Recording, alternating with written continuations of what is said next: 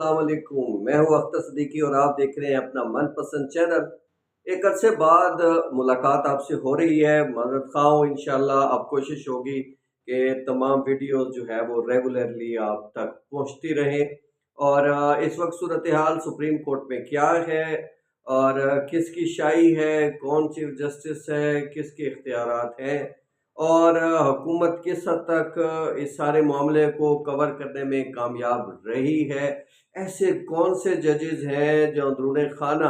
عدلیہ کی آزادی کے حوالے سے جو ہے وہ کام کر رہے ہیں، اور ان کا وکلا سے بھی برابر رابطہ ہے۔ وکلا کیا کرنے جا رہے ہیں اور آگے صورتحال بنے گی کیا کیا جسٹس یحییٰ افریدی جو اس وقت چیف جسٹس پاکستان ہے وہ کس طرح کا رد عمل آگے دے سکتے ہیں۔ تو ان ساری چیزوں پہ ہم بات کریں گے آج انشاءاللہ، اور آپ کوشش کریا کریں کہ ویڈیو پوری دیکھا کریں اور پھر خود بھی دیکھا کریں اور دوستوں کو بھی جو ہے وہ فارورڈ کیا کریں۔ بات چل رہی ہے اس وقت جو ہے آئینی بینچ کے قیام کی۔ آئینی بینچ کا قیام تو ہو گیا، مگر ابھی تک جو ہے اس کے نہ تو سیکریٹریٹ کا جو ہے وہ فیصلہ ہوا ہے کہ وہ کہاں بنے گا، اس کے ساتھ ساتھ اس کا دیگر جو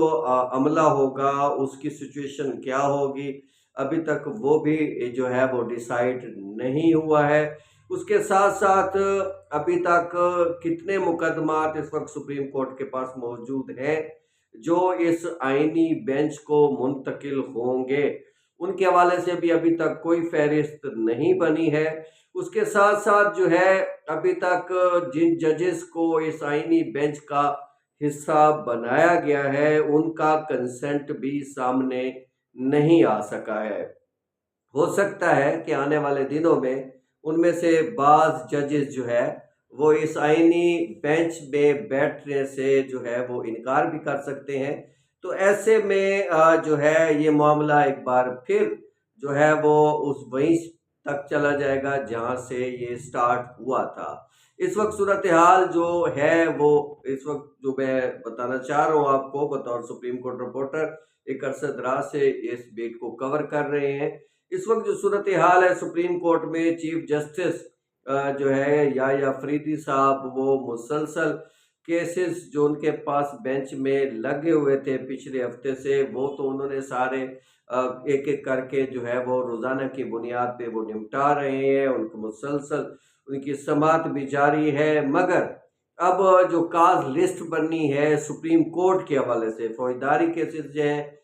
یا ٹیکس میٹرز ہیں، اس کے علاوہ جو ہیں فیملی میٹرز ہیں، اور بہت سارے ایسے ایشوز ہیں جن کے حوالے سے ابھی کاز لسٹ بننی ہے۔ اصل مسئلہ کیا ہے اور اس آئینی بینچ کے بنانے کی وجہ کیا ہے؟ اصل وجہ یہ ہے کہ آئین کے آرٹیکل 184(3) کے تحت دو طرح کی پٹیشنز سپریم کورٹ میں سب سے زیادہ آتی تھی، جس کی وجہ سے سپریم کورٹ کو بھی اپنا یہ جو حکومت ہے ان کو بھی بڑے مشکل کا سامنا کرنا پڑتا تھا۔ ایک تو پبلک امپورٹنس، جتنی عوامی یعنی مفاد عامہ کے جتنے کیسز تھے، اس کے ساتھ ساتھ ایسے جو ہے کیسز تھے جو جن کا تعلق انسانی حقوق کی پامالی سے تھا، انسانی حقوق کے متاثر ہونے کے حوالے سے تھا۔ سپریم کورٹ کے پاس بھی جو بڑا اختیار تھا وہ یہی تھا، اور ہائی کورٹ کے پاس 199 کے تحت جو ہے اسی سے ملتا جلتا اختیار جو ہے وہ تھا۔ اب ہوا یہ ہے کہ یہ اس اختیار کے تحت چونکہ سپریم کورٹ جو ہے تمام آئینی مقدمات کو سن رہی تھی اور معاملات کو دیکھ رہی تھی، اور اسی وجہ سے جو ایڈمنسٹریٹو سائیڈ ہے وہ کافی دباؤ میں تھی۔ آپ نے دیکھا پچھلے سالوں میں، ماضی میں جو ہے مختلف وزراء اعظم کو بھی گھر جانا پڑا اور کئی لوگوں کو نااہل ہونا پڑا۔ ان ساری صورتحال کا ایک ہی حل نکالا گیا کہ دو چیزیں جو ہیں وہ کسی طریقے سے اس کورٹ سے الگ کر دی جائیں، یا اس کو ایسا کمپرومائز کر دیا جائے کہ جیسے ہم چاہیں ویسا اس کا رزلٹ حاصل کر سکیں۔ تو اس لیے 184(3) کے تحت جو آئینی درخواستیں آ رہی تھیں،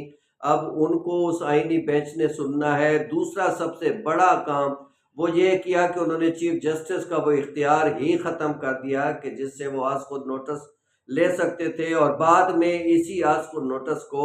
184(3) میں کنورٹ کر کے جو ہے اسے اپیل کی شکل میں یا درخواست، آئینی درخواست کی شکل میں اس کو قرار دے کر اس پہ فیصلے دیے جاتے تھے۔ اب یہ دونوں اختیار جو ہیں وہ جو موجودہ سپریم کورٹ ہے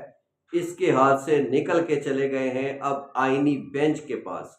اب آئینی بینچ نے یہ دیکھنا ہے کہ اپنی مرضی سے کہ یہ آئینی جو ہے درخواست بنتی ہے نہیں بنتی ہے۔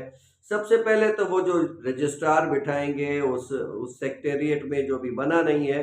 تو اس میں وہ سب سے پہلی چھانٹی یہی ہو جائے گی کہ یہ درخواست دائر ہو سکتی ہے، یہ نہیں ہو سکتی ہے، اس کو آپ واپس لے لیں، اس پہ یہ اعتراض ہے، اس پہ وہ اعتراض ہے۔ مطلب یہ کہ سب سے پہلے تو اس کو جو ہے بہت ساری چھلنیوں سے گزارنا پڑے گا۔ اس کے بعد جب وہ ان ساری چھلنیوں سے گزر کے ایک بار بینچ کے روبرو جائے گی، آئینی بینچ کے روبرو، تو ایسی کنسٹرکشن کر دی گئی ہے کہ 4 اور 3 کی وہاں بھی جو ہے وہ ایک لحاظ سے پہلے ہی ووٹنگ کر دی گئی ہے، یعنی جو حکومت کو سپورٹ کرنے والے ججز ہیں ان میں وہ 4 لوگ موجود ہیں، اور جسٹس عائشہ سمیت جو 3 دیگر لوگ شامل کیے گئے ہیں، یہ وہ لوگ ہیں جو اس عمران خان کے فیصلے کو سپورٹ کرنے والے اس بینچ کا حصہ ہے، جن میں 8 ججز تھے، اور اس میں جو ہے منصور علی شاہ جن کی سربراہی کر رہے تھے۔ اب ہوگا کیا کہ جو بھی فیصلہ ہوگا وہ 4-3 کی ریشو سے ہوگا، کیونکہ 4 ججز جو ہیں وہ حکومت کا ساتھ دے رہے ہیں اور 3 مخالفت کریں گے، اور بہت ہو گیا تو کبھی ایک پھر ساتھ ان کے شامل ہو جایا کرے گا، تو 5-2 کی ریشو سے فیصلے آتے رہیں گے۔ تو اس طرح ان ساری جو آئینی درخواستیں ہیں ان کے خلاف باندھا جا سکے گا۔ ایک تو یہ اور حکومت جو ہے جس طریقے سے پریشرائز ہوتی تھی، جس طرح اس پہ برڈن آ جاتا تھا، اور وہ جو ہے ایڈمنسٹریٹو سائڈ جو ہے وہ عدلیہ کے بالکل مجبور ہو جاتی تھی کہ اس کے سامنے جو ہے گڑگڑانا اور پھر ساری چیزیں، اور یہی سب سے بڑا اختیار سپریم کورٹ کے پاس تھا جس کے تحت وہ لوگوں کو ریلیف دے رہی تھی۔ اب صورتحال تبدیل ہو گئی، اب یہ آئینی بینچ کا حصہ ہو گیا سارا کچھ، اور ادھر ہائی کورٹ سے بھی 199 کی جو معاملات آئیں گے وہ بھی سارے اسی جو ہے وہ آئینی بینچ کے روبرو سنے جائیں گے۔ تو اس لیے کہ یہ ساری چیزیں جو ہے وہ ایک ڈیفرنٹ سائڈ کی طرف چلی جائیں گی، اور یوں جو ہے وہ جو عوام کو فائدہ ہونا تھا، جس سے حکومت کو تھوڑا پریشرائز کیا جا سکتا تھا عوامی حقوق کے حوالے سے، مفاد عامہ کے حوالے سے، انسانی حقوق کے حوالے سے، وہ اب کمپرومائزڈ ہو جائے گا۔ اب وہ ایسا اس طریقے سے اس پہ کچھ نہیں ہو سکے گا، لہٰذا یہ معاملہ جو ہے وہ اب چینج ہو گیا ہے۔ اب آتے ہیں دوسرے سبجیکٹ کی طرف کہ ایسے بہت سارے ججز ابھی بھی اس کورٹ میں موجود ہیں جو عدلیہ کی آزادی کو کمپرومائز ہوتا ہوا نہیں دیکھ سکتے۔ آیا اگلے دنوں میں وہ کیا کر سکتے ہیں، کیا صورتحال بن سکتی ہے؟ جو خبریں آ رہی ہیں وہ یہی آ رہی ہیں کہ آئینی بینچ میں سے بھی بعض لوگ جو ہے وہ ریفیوز کر سکتے ہیں اس بینچ کا حصہ بننے سے، جب وہ سماعت کی طرف جائیں گے یا کچھ اور معاملات کریں گے۔ اور دوسرا، ابھی ان کے جو ہے ٹرم اینڈ کنڈیشنز بننے ہیں، ان کے رولز بننے ہیں، وہ کس طریقے سے کام کریں گے، کیا ان کا طریقہ کار ہوگا، ان کی کال لسٹ کیسے ہوگی، ان کا طریقہ کار 15 روز پہلے جاری ہوگی، کب سے کب جو ہے وہ کال لسٹ ہوگی، اور کیا ہر جو کیس ہے وہ 7 رکنی بینچ ہی سنے گا یا 3 رکنی بینچ سن سکے گا، 2 رکنی بھی اس میں سے سن سکے گا، اور بعض مقدمات کو 5 رکنی بینچ بھی سن سکے گا۔ یہ ساری چیزیں ابھی طے ہونا ہے اور اس حوالے سے ابھی کام ہونا ہے۔ دوسری طرف وکلا تنظیمیں جو ہے وہ ایک بار پھر متحد ہو چکی ہیں، علی احمد کرد، حامد خان، منیر ملک، اعتزاز احسن اور اس طرح کے اور بہت سارے لیڈرز جو ہیں وہ اس عدلیہ کی آزادی پہ جو ہے وہ اس طرح کے معاملات جب سے آئے ہیں، لطیف کھوسہ بھی اس کے خلاف سخت لہجے میں بات کر رہے ہیں اور باقی وکلا بھی اس کے خلاف کھڑے ہوئے ہیں، تو یہ سینیریو بدلے گا، وکلا پھر سڑکوں پہ ہوں گے اور معاملات سڑکوں پہ جو ہے حل کرنے کی کوشش کی جائے گی، اور پھر اس طرح انتظامیہ اور پولیس کا جو ہے ان وکلا سے ٹکراؤ ہوگا، اور اس کے بعد کیا وہ چیف جسٹس موجودہ جو ہے یا افریدی صاحب جو ہے کیا وہ اس حوالے سے کوئی کارکردگی دکھاتے ہیں، کیا کرتے ہیں، کیا وہ منصور علی شاہ، منیب اختر اور باقی جو ان کے ساتھ ججز ہیں، کیا وہ وقت کی نزاکت کو سمجھتے ان کا ساتھ دیتے ہیں؟ کیا کرتے ہیں آگے جا کے؟ یہ تو آنے والا وقت ہی بتا پائے گا۔ فی الوقت جو ہے اس وقت جسٹس امین الدین جو ہے وہ سارے اختیارات کا منبع بن گئے ہیں، اور جو موجودہ چیف جسٹس یحییٰ آفریدی صاحب ہیں وہ فقط جو ہے اب آتے جاتے کیس لگتے